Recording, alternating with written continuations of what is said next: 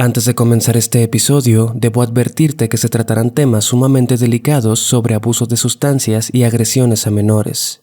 Pido la más respetuosa discreción al respecto, y si estos temas te provocan malestar, te recomiendo pasar a otro episodio. Te doy la bienvenida a Viernes de Terror. Yo soy Enrique Treviño. Comencemos. Espero que te dé tanto gusto escucharme como a mí me da gusto que me escuches. He tenido una semana llena de trabajo y espero que tú también. Te recuerdo que este podcast está disponible en todas las plataformas digitales, incluyendo Apple Podcast, Google Podcast, Amazon Music y Castbox. Cuéntame desde dónde me escuchas y qué te parece. Por último y como siempre, te agradecería mucho que te suscribieras a mi canal de YouTube y me sigas en mis perfiles de Instagram y TikTok. Los enlaces están en la descripción. ¿Quién es tu artista favorito? Posiblemente piensas en un cantante, un actor, un escritor o incluso un influencer. Nunca ha sido un secreto la enorme influencia que las personas famosas tienen en su audiencia, ya sean fans o no. Sus estilos de vida, su apariencia, su talento, su forma de ser, todos en algún momento intentamos imitarlos, los convertimos en nuestro ejemplo a seguir. Tal vez incluso fuiste del tipo de persona que llevó el fanatismo al extremo, al basar tus razones de vida en la existencia de un artista. La paradoja de la fama es muy compleja. Por lo general, esta viene acompañada de excesos, escándalos, depresión y, en muchas ocasiones, finales trágicos. El que alguien sea famoso, que componga buenas canciones, que ejecute actuaciones impresionantes o cree maravillas de la nada, no le exenta de las oscuras maquinaciones de una mente retorcida. Siempre he creído que es de suma importancia comprender esto. Muchas veces celestializamos a las celebridades, sujetándoles a nuestros estándares y olvidando que se trata de personas como nosotros. También esto nos pone en una situación de conflicto interno. Ejemplos como el de Roman Polanski, del cual tal vez haga un episodio, nos hace pensar, ¿cómo es posible que un monstruo de ese tamaño haya dirigido películas tan conmovedoras? Pues bien, en el año 2012, un escándalo hizo eco en todo el mundo. Posiblemente no nos hubiéramos enterado tan fácilmente, pero ocurrió en uno de los puntos más altos de redes sociales como Facebook y Twitter. El caso de Ian Watkins sigue causando mucha impresión y disgusto en la gente. En su momento fue una de las noticias más desgarradoras, no solo por quién se trataba, sino por la naturaleza depravada de su protagonista. Ian David Karslake Watkins nació el 30 de julio de 1977 en una pequeña localidad en Pontypridd, al sur de Gales. El mundo lo conocería como el vocalista de la banda de rock punk Lost Prophets.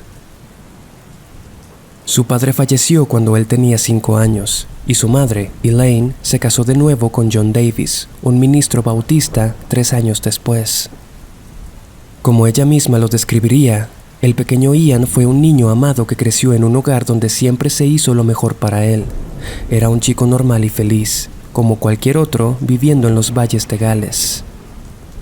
Poco sabía entonces que su hijo sería recordado por ser el rostro de uno de los escándalos más repugnantes de la historia. Pero no nos adelantemos. El joven Ian cursó la escuela siendo un alumno ejemplar. Nada extraordinario, pero siempre tenía buenas notas y un comportamiento adecuado. Al finalizar la preparatoria, ingresó a la Universidad de Gales para estudiar diseño gráfico, de donde se graduó con honores. Durante el bachillerato conoció a Mike Lewis, futuro guitarrista de Lost Prophets. Con él fundó su primera banda, llamada Aftermath, con quienes tocaba thrash metal. Poco después, ese grupo se disolvería y formarían otro que llamaron Public Disturbance en 1994, ahora tocando música punk y en la que Watkins era el baterista. Esta nueva banda se dedicaba principalmente a tocar en escenarios locales, y en 1997 su nombre cambiaría al que todos conocemos hoy y con el cual llegarían al estrellato. Su álbum debut se llamó The Fake Sound of Progress, cuyo single más popular lleva el mismo nombre. Este se grabó en Inglaterra por una pequeña disquera independiente, ahora con Watkins en la voz principal, en el año 2000. Posteriormente vendrían Start Something en el 2004 y Liberation Transmission en el 2006, este último llegando al número 1 en las listas y llevando a la banda a una ruta ascendente en su carrera. Bueno, hasta este punto todo parece normal y estamos ante una historia sobre un grupo de rock que tuvo un éxito rotundo como tantos otros de la época. Sin embargo, había algo profundamente retorcido en su vocalista, un monstruo insaciable que se iría revelando de manera acelerada a medida que su fama crecía. Ian Watkins era toda una estrella de rock, un joven encantador, voz de toda una generación. Su comportamiento en las entrevistas era amable y divertido. Cientos de miles de fans alrededor del mundo vivían enamorados de él, quien por cierto en ese entonces no bebía ni consumía ningún tipo de sustancias supuestamente. Watkins era todo un maestro en mantener una imagen pública pura y perfecta. Esto lo llevó a convertirse en embajador de la Asociación de Trasplantes de Riñones de Gales en el 2008, luego de que su madre recibiera un trasplante tras una espera de 7 años. Conmovida por esto y obsesionada con el artista, en ese mismo año una mujer llamada Joan Majelic, quien vivía también en Gales, se puso en contacto con él a través de Twitter. En aquellos años, las redes sociales aumentaban de usuarios cada segundo, y Twitter era una de las mejores para encontrar personalidades del entretenimiento y el deporte. Para total sorpresa de Joan, quien era escort por profesión, Ian le respondió y comenzaron a conversar. Posteriormente, iniciaron una relación. Todo parecía ir de maravilla. Joan no podía estar más feliz con su vida. Era la novia de Ian Watkins, estrella de rock en ascenso y soltero codiciado por todos lados. Sin embargo, gracias a su testimonio, sabemos que no pasaría mucho antes de que Watkins comenzara a decirle cosas muy preocupantes, como que le gustaba dormir con sus fans de 14 años para quitarles la virginidad. También le dijo que quería embarazarla, para luego tener relaciones con el bebé. Tras estas declaraciones, Joan amenazó con denunciarlo, pero Watkins llamó a su equipo de abogados y la hicieron firmar un gag order. Esto se traduce como orden de mordaza, y según lo que investigué, es un documento que especifica que un tema no puede ser discutido en público, y de hacerlo se considerará una mentira en primera instancia. Por supuesto, esto no cubre el aspecto criminal y de denuncia. De cualquier forma, Joan lo firmó de manera voluntaria. Esta fue una de las primeras pruebas del poder y manipulación de Watkins, quien se reunió con sus abogados, a quienes tuvo que decirles todo lo que le había dicho a Joan. Estos accedieron a proveerle de la herramienta legal para protegerse ante tales declaraciones. Se rumora que esto es algo común en el mundo del espectáculo, es decir, las órdenes de mordaza son un recurso muy usado por personalidades de todo tipo. Sumado a esto, Watkins le dio 2,000 libras a Joan. No se especifica si fue para comprar su silencio o para sugerir que su relación no era romántica, sino un intercambio de servicios. Recordemos que la mujer era escort. Curiosamente, la relación entre ellos no terminó aquí. Seguían en contacto y un día, Watkins le hizo llegar una fotografía a su teléfono. Se trataba de una niña, de unos 4 años, la cual sostenía un cuadro con una foto de una mujer semidesnuda, y en el cristal de este había un par de líneas de polvo blanco, y en una de sus manos tenía un billete de 20 libras enrollado. Watkins le dijo que le había dado drogas a la pequeña, a quien describió como muy coqueta y añadió: "Ya sabes cómo son a esa edad". Con la foto como evidencia, Joan se dirigió a servicios infantiles del sur de Gales a denunciar. Estos dijeron haber enviado la información al departamento de policía. Luego de hacer el reporte, Joan dejó de verse con Watkins y llamaba constantemente a los servicios sociales para ver cómo iba el caso, pero le decían que aún no decidían si iban a tomar su declaración. Sería hasta abril del 2009, 4 meses más tarde, que los oficiales se presentaron en su domicilio y grabaron en video su testimonio. Sin embargo, tan solo un mes después, decidieron que no había suficiente evidencia para proceder. En este punto, la banda pasaba la mayor parte del tiempo en Los Ángeles, puesto que formaban parte de la firma de Columbia Records, una de las disqueras más exitosas del mundo, teniendo en su agenda a artistas como Metallica y Red Hot Chili Peppers. Fue entonces que Watkins, de la noche a la mañana, se convirtió en un consumidor empedernido de todo tipo de sustancias, metiéndose en problemas debido a esto constantemente. Pasó de ser alguien firme y recto a un drogadicto casi de inmediato, contarían sus compañeros de grupo. Watkins pasaba la mayor parte del tiempo bajo la influencia de sustancias, dejó de bañarse y su apartamento era un asco. La banda regresó a Gales para una campaña y tras enterarse, Joan contactó a Watkins para disculparse. Según se sabría, la mujer le dijo que tal vez ella había malinterpretado las cosas y que él debía ser inocente si a fin de cuentas la policía no había hecho nada. La noche en la que se vieron en un hotel, lo primero que hizo Watkins fue mostrarle un video en su laptop de una niña de unos 4 años siendo abusada. Joan observó el video, con Watkins sentado frente a ella, con una malévola sonrisa en el rostro. Entonces supo que ella no estaba equivocada. Echó a Watkins de la habitación, pero no sabía qué hacer. La policía ya la había ignorado antes. 9 meses después de esto, la banda volvió a Los Ángeles, y antes de irse, Watkins le envió un mensaje que decía que ella tenía una fan que era una drogadicta obsesiva y que lo dejaba abusar de su hija de 5 años.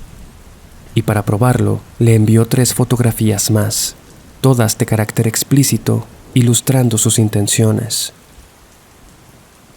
Con estas 3 fotos, Joan acude de nuevo a la policía de Gales y es referida de nuevo al mismo departamento con el mismo detective, Andrew Whelan. Mientras la mujer le contaba lo ocurrido, parecía ignorarla y, según Joan, le daba la impresión de sugerir que ella simplemente estaba molesta con su novio porque se había ido a América sin ella. El detective ni siquiera quiso mirar las fotografías en su teléfono. De acuerdo con la historia, Joan decidió entonces investigar por su cuenta. A pesar de que las identidades han sido ocultas por protección, se ha confirmado que la mujer logró contactar con el padre de la niña de una de las fotos que Watkins le envió. ¿Recuerdas? Fue la primera imagen, la de la niña sosteniendo el cuadro y el billete de 20 libras. La información es algo confusa. No pude encontrar ni los nombres ni si la niña tenía reporte de desaparición o algo. Lo que sí se sabe es que tras reunirse con el padre, este le dijo a Joan que no tenía la más mínima idea de dónde había salido esa foto y que la policía nunca se había puesto en contacto con él. Además, cuando ambos fueron a las mismas oficinas, fueron atendidos nuevamente por Andrew Whelan, quien le dijo al padre que no peleara más el tema, que podía afectar la carrera del cantante. Añadió absurdamente que no tenía nada de qué preocuparse. Las pruebas se deliberaron y afortunadamente no había un crimen que perseguir. Así las cosas hasta marzo de 2012.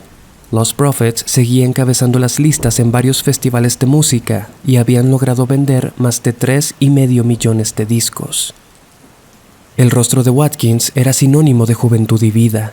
Millones de fans de todas partes lo admiraban, lo deseaban, lo veneraban.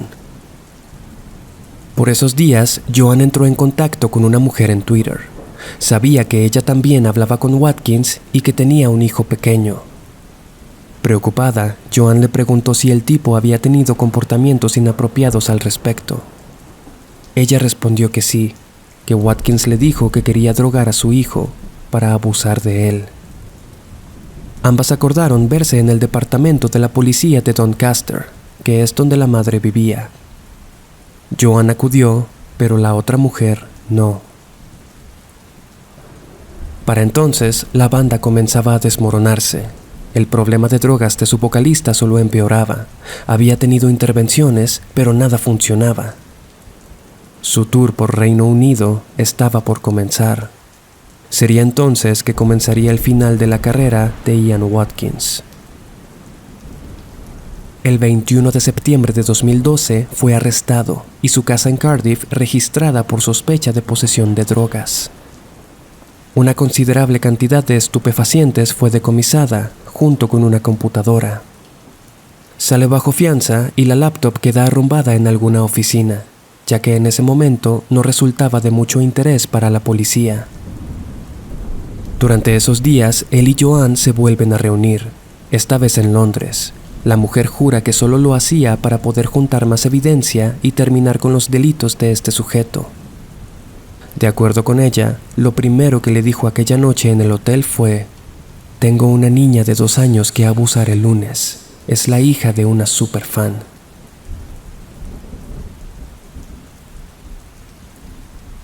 Joanne entonces fue a la policía en Bedfordshire para relatarles todo.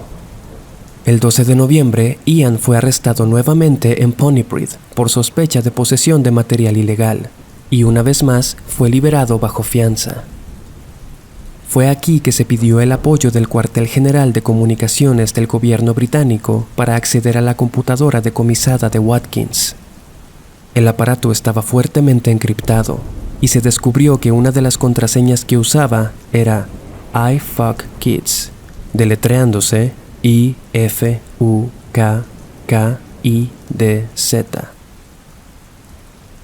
No solo eso, sino que encontraron 90 imágenes de contenido ilegal infantil. 24 de ellas eran, cito, de categoría severa. Los niños en las imágenes eran de entre 2 y 4 años. Esto junto con muchos otros archivos de bestialidad, todos de carácter repulsivo. El último concierto de los Prophets fue el 14 de noviembre de ese año. El 17 de diciembre, Watkins fue arrestado nuevamente. Al principio se declaró inocente, argumentando que había sido víctima de conspiración por fans celosas. Sin embargo, el 19 de diciembre fue vinculado a proceso por conspiración para abusar de un bebé de 1 año y hasta 13 diferentes acusaciones de agresión sexual a menores. Casi de inmediato, la conmoción reinó en distintas partes del mundo. Rápidamente, las redes de la banda fueron eliminadas, así como sus canciones. Se cancelaron sus conciertos futuros y todos sus discos fueron retirados de los estantes. La confusión y preocupación era palpable en los fans. Algunos estaban destrozados al ver cómo su ídolo había traicionado su lealtad de esa forma. Otros, de hecho una considerable mayoría, defendían al acusado, diciendo que todo se trataba de un complot, que Ian Watkins no era capaz de algo así. Respecto a los miembros de la banda, todos dijeron que no tenían idea de lo que estaba pasando, que si bien estaban al tanto de los problemas de adicción de su vocalista, en ningún momento se imaginaron que era un degenerado. Este parecía ser el final de Watkins, y antes de que su juicio comenzara, se declaró culpable de todos los cargos. Sin embargo, lo que enfurece y confunde a mucha gente es que jamás ha mostrado señales de arrepentimiento por lo que hizo.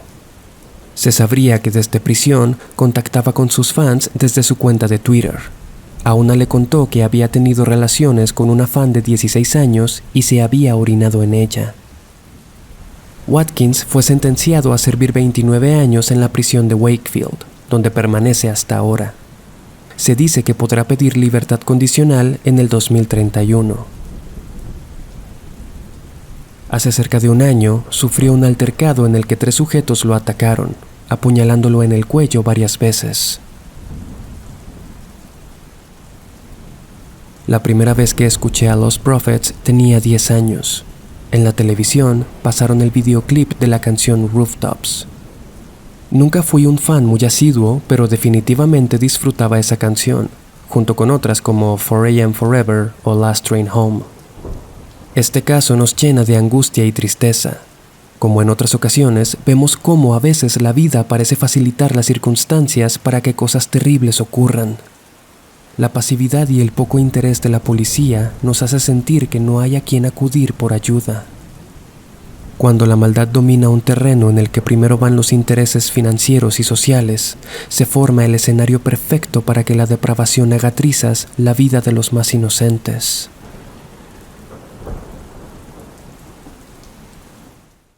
Te agradezco haber escuchado este episodio y formar parte de la audiencia que escucha este podcast. Si lo disfrutas, por favor califícalo con 5 estrellas y déjame un comentario. Puedes darme follow en Spotify para que te enteres siempre que suba material. Este mes lanzaré un episodio especial sobre anécdotas que ustedes me han contado. Yo soy Enrique Treviño. Hasta la próxima.